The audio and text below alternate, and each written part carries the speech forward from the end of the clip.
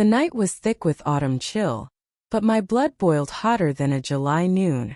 I stood frozen on my porch, staring at the empty patch of lawn where my election signs had stood proudly just hours ago. 3 signs, bold and blue, proclaiming my support for a local candidate who promised change. Now they were gone, ripped from the earth like my voice had been silenced. I knew who was behind it. Karen, the HOA president, had been glaring at those signs for weeks, her lips pursed tighter than a vault.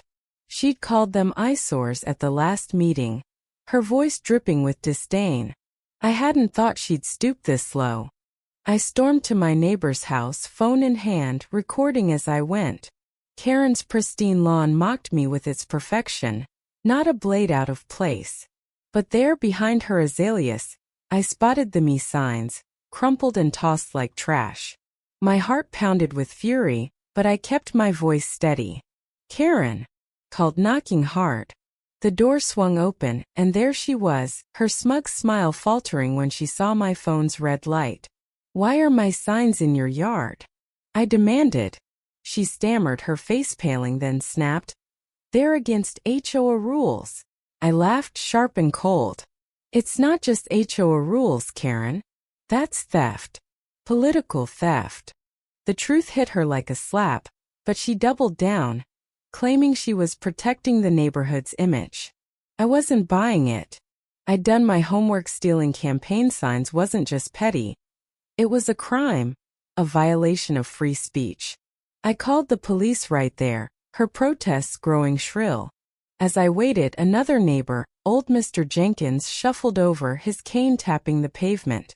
His eyes were sharp and his voice carried weight. "I saw her do it," he said quietly. "Last night, she yanked those signs up and bragged about it to her book club." My jaw dropped. Mr. Jenkins, the quiet widower who barely spoke, had been watching all along. His words were the twist I hadn't seen coming, the nail in Karen's coffin. The police arrived, and the confrontation exploded into chaos. Karen shrieked, pointing fingers, claiming she was the victim, that I was harassing her. But Mr. Jenkins repeated his story, calm and unshakable, as the officers inspected the crumpled signs. They found more in her garage, dozens, not just mine, from neighbors who dared to voice their choices. The crowd grew, neighbors spilling onto the street, their whispers turning to gasps. Karen's empire of control was crumbling, and she knew it. Her husband tried to intervene, pleading her case, but the officers weren't swayed. "Ma'am, you're under arrest for theft and vandalism," one said, cuffing her as her face contorted in disbelief. The crowd erupted, some cheering, others stunned into silence.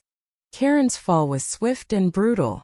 At the station, the truth unraveled further. She'd been targeting signs for candidates she didn't like, thinking her HOA title gave her power over democracy itself. The local news caught wind, and by morning her name was splashed across headlines. HOA president jailed for stealing election signs. Her perfect reputation shattered, her authority stripped. Neighbors who'd once cowered under her glare now spoke freely, sharing stories of her petty tyranny. The HOA board voted her out unanimously, and her family, humiliated, put their house up for sale. Karen's reign was over, her arrogance her undoing. But this wasn't just about Karen's downfall. It was about standing up, about refusing to let one person's ego silence a community. I replanted my signs, bolder this time, and neighbors followed suit, their lawns blooming with color and conviction. Mr. Jenkins, now a local hero, started a petition to reform the HOA, and we rallied behind him. The air felt lighter, like we'd reclaimed something sacred. Democracy isn't just a word, it's a fight, and we'd won this round. I learned that courage isn't loud. Sometimes it's a quiet old man with a cane and a truth to tell.